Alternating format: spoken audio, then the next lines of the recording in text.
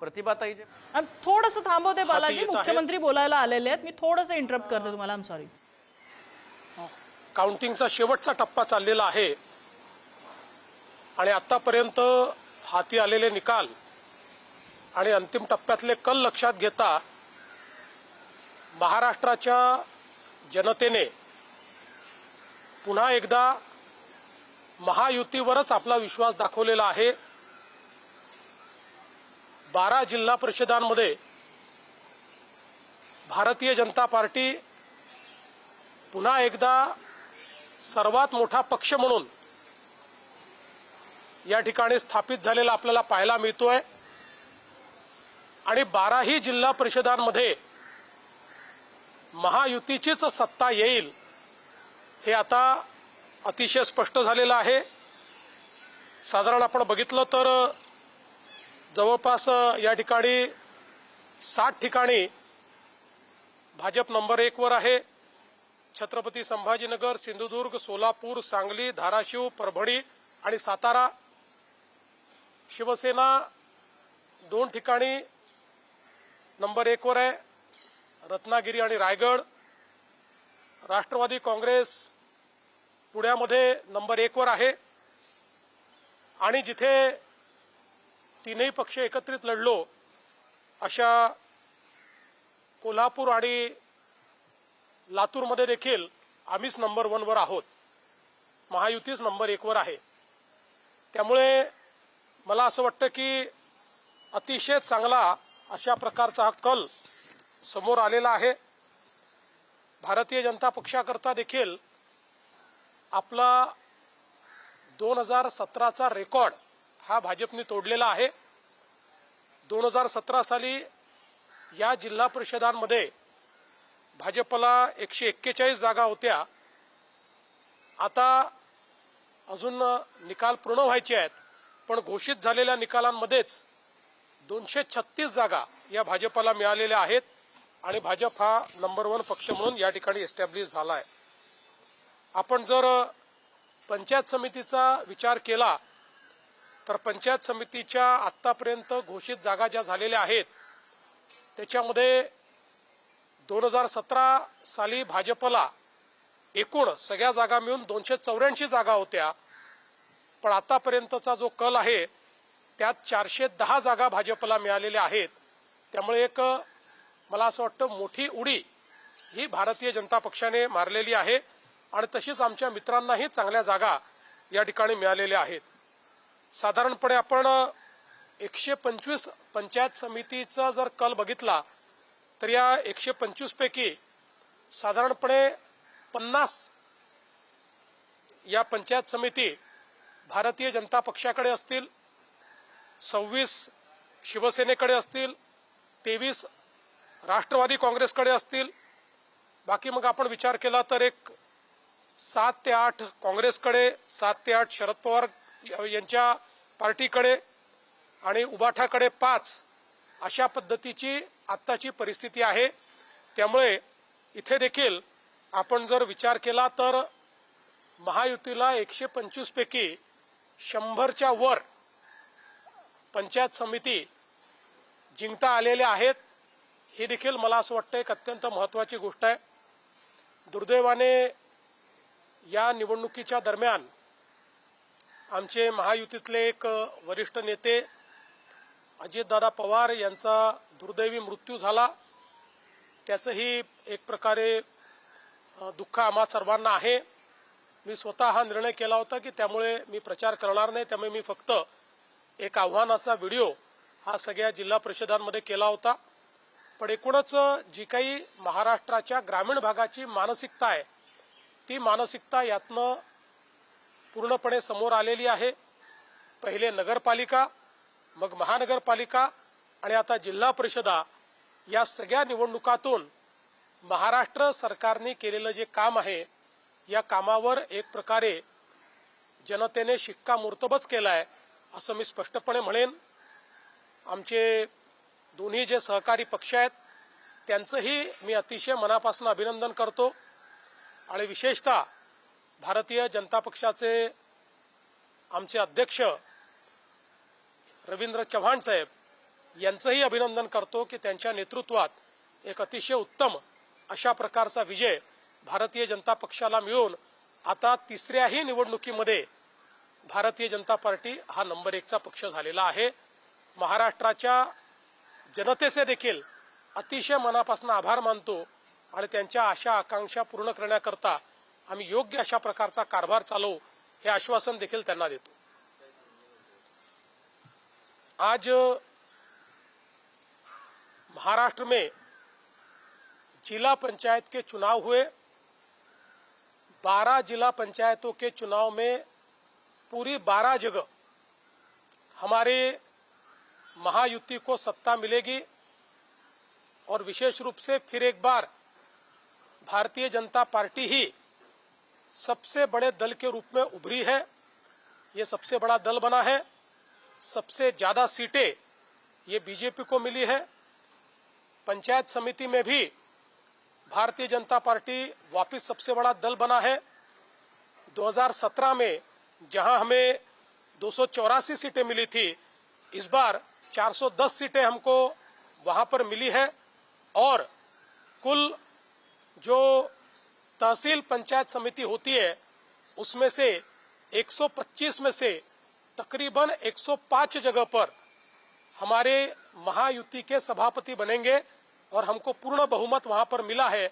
इस प्रकार से महाराष्ट्र के ग्रामीण भागों में लोगों ने फिर एक बार भारतीय जनता पार्टी महायुति पर, हमारी सरकार पर, हमारे प्रधानमंत्री जी पर पूर्ण विश्वास जताया है. मैं जनता का बहुत बहुत आभार व्यक्त करता हूं.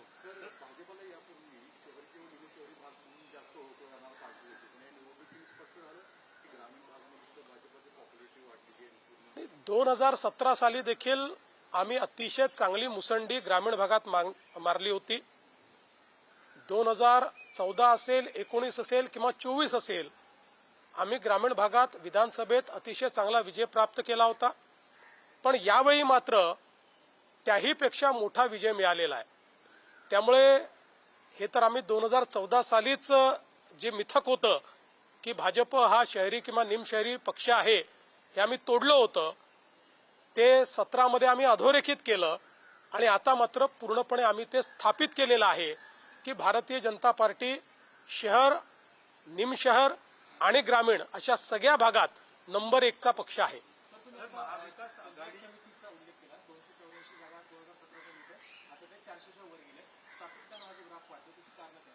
मला असं वाटतं की हा जनतेचा विश्वास आहे.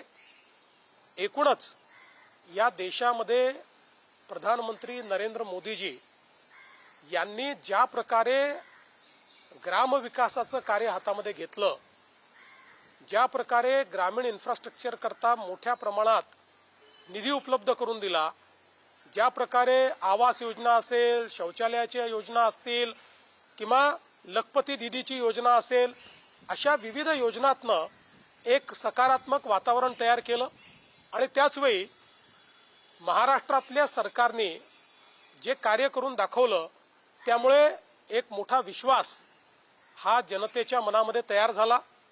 आज प्रत्येक जिल्ह्यामध्ये भारतीय जनता पार्टी असेल किंवा आमचे मित्रपक्ष असतील यांना एक प्रचंड समर्थन मिळतं आहे आणि त्याचाच परिणाम आहे की इतकी मोठी भरारी आम्ही या ठिकाणी मारली आहे.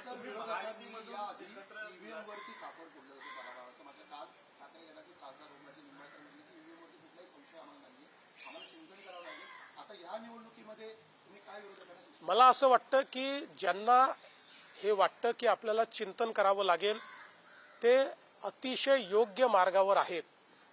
कारण मी नेहमी सांगतो आम्ही जिंकतो आहोत, आम्हाला आनंद आहे, पण कोणीही परमनंट जिंकत नसतं, कोणीही परमनंट हारत नसतं. पण जे लोक आपल्या हारण्याची कारणं शोधण्याच्या ऐवजी कोणावर तरी खापर फोडतात ते मात्र कधीच जिंकू शकत नाही. त्यामुळे जर अशा प्रकारचं रिअलायझेशन कोणाला होत असेल तर मला असं वाटतं की ते योग्य मार्गाने चाललेले आहेत.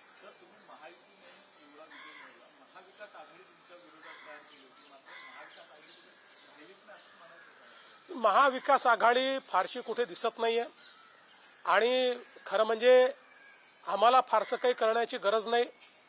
रोज सकाळी 9 वाजता त्यांचे प्रवक्ते जे स्टेटमेंट्स देतात त्यामुळे आम्हाला निश्चित मोठा फायदा होतो. त्यामुळे आम्हाला फार काही करण्याची आवश्यकता पडत नाही. रोज त्यांची मतं कमी करण्याचं काम हे त्यांच्याच माध्यमातून होतं आणि आपणही लोक त्या ज्या काही त्यांचे काही जे काही स्टेटमेंट्स असतात की ज्याला कुठलाही अर्थ नसतो, ज्याला कुठलीही सत्यता नसते, ज्याला कुठलंही बेसिस नसतं, याला इतकी व्यापक प्रसिद्धी देता की त्यामुळे उलट आमचंच काम होतं आणि लोकांचा त्यांच्यावरचा विश्वास रोज कमी होत जातो.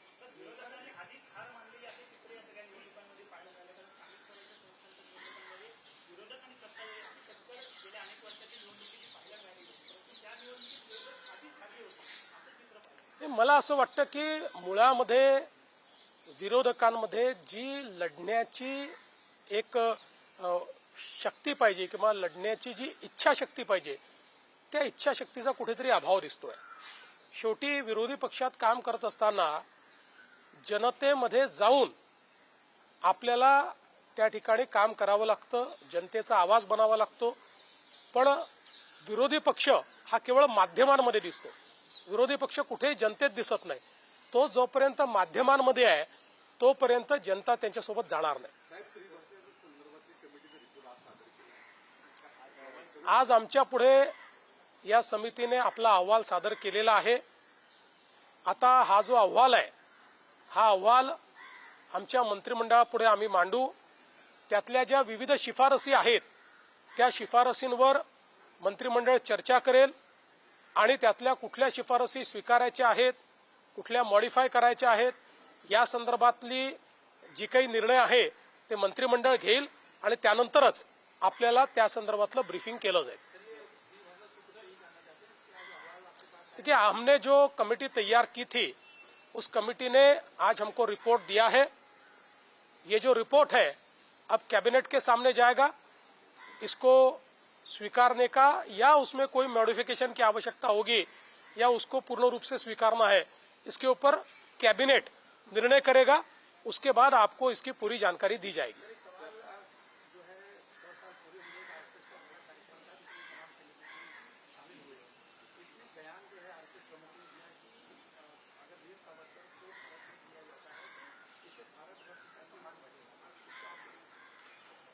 देखिए, अमूमन जो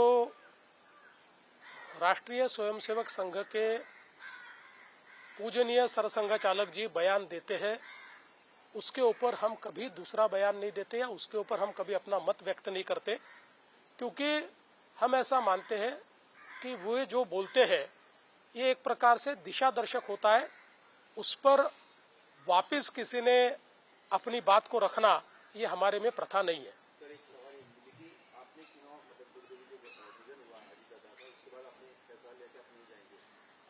प्रचार में जाते तो आपको लगता है कि इससे और भी बेटर जो है रिजल्ट आता है व्हाइट वॉश सोसाइटी की तरफ से. ये और विपक्ष की ऐसी हालत क्यों हो गई है कि लगातार वो किसी भी चुनाव में टिकी नहीं पा रही, उनका अस्तित्व खतरे में आ रहा है. और दूसरा, कांग्रेस का महाविकास आघाड़ी से अलग से चुनाव लड़ने की तैयारी कर रही है. देखिए, मैंने बहुत सोच समझकर ये निर्णय किया था कि अजीत दादा जो हमारे सहयोगी थे, हमारे मित्र भी थे, हमारे उप मुख्यमंत्री भी थे, उनका निधन होने के बाद मैं उसके आगे प्रचार नहीं करूंगा. तो मुझे ऐसा लगता है कि एक बार ये निर्णय लेने के बाद उसमें फायदे नुकसान का कोई विषय नहीं होता, उस प्रकार से विचार भी नहीं किया जाना चाहिए. मुझे लगता है कि जो रिजल्ट आया है उससे मैं समाधानी हूँ.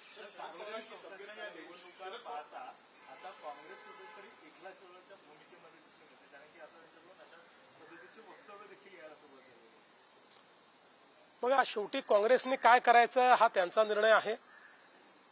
अनेक वेळा अशा पद्धतीचा निर्णय घेत असताना असं लक्षात येतं की अशा प्रकारच्या अलायन्सेस मध्ये फायदा होत नाहीये, त्यावेळी अशा प्रकारचा निर्णय कुठलाही पक्ष घेतो. मला असं वाटतं की कदाचित काँग्रेसला हे रिअलायझेशन झालं असेल की त्यांनी ज्या प्रकारच्या युत्या केल्या किंवा ज्या प्रकारचे अलायन्सेस केले, ज्या प्रकारची युती केली, त्यांनी त्यांचं नुकसान झालं, त्यांचा फायदा झाला नाही, म्हणून ते निर्णय करत असतील. त्यांचा व्यक्तिगत तो निर्णय आहे, त्याच्यावर माझी कुठली टिप्पणी नाही.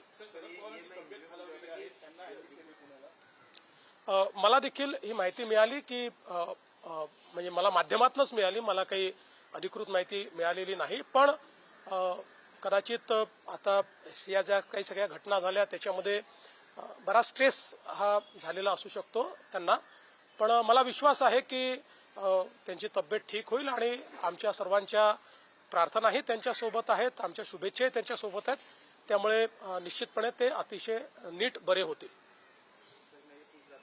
विपक्ष लगातार हम देख रहे कि चाहे नगर पालिका हो, महानगरपालिका हो, ये गांव से जुड़े चुनाव है, इसमें भी हार रही है.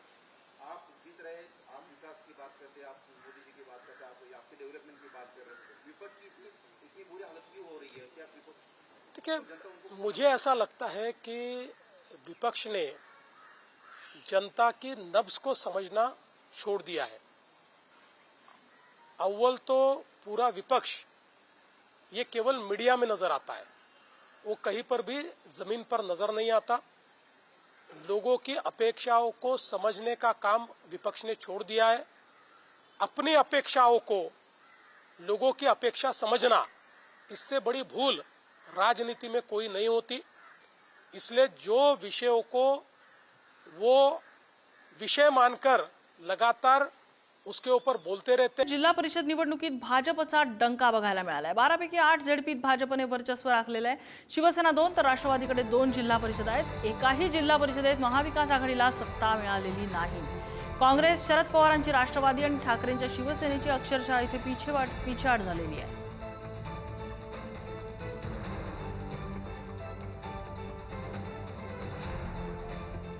भाजप हा शहर, निमशहर आणि ग्रामीण भागातला नंबर 1 पक्ष असल्याचं देवेंद्र फडणवीस या विजयानंतर म्हणालेत. नगरपालिका, महापालिका आणि जिल्हा परिषदांमधून जनतेने हा निर्णय दिलाय. महायुतीने 125 पंचायत समित्यांपैकी 100हून अधिक जागा जिंकल्यात असं फडणवीस म्हणाले. तर विरोधी पक्ष फक्त माध्यमात दिसतो, जनतेत नाही असं म्हणत त्यांनी विरोधकांवर निशाणा साधलाय.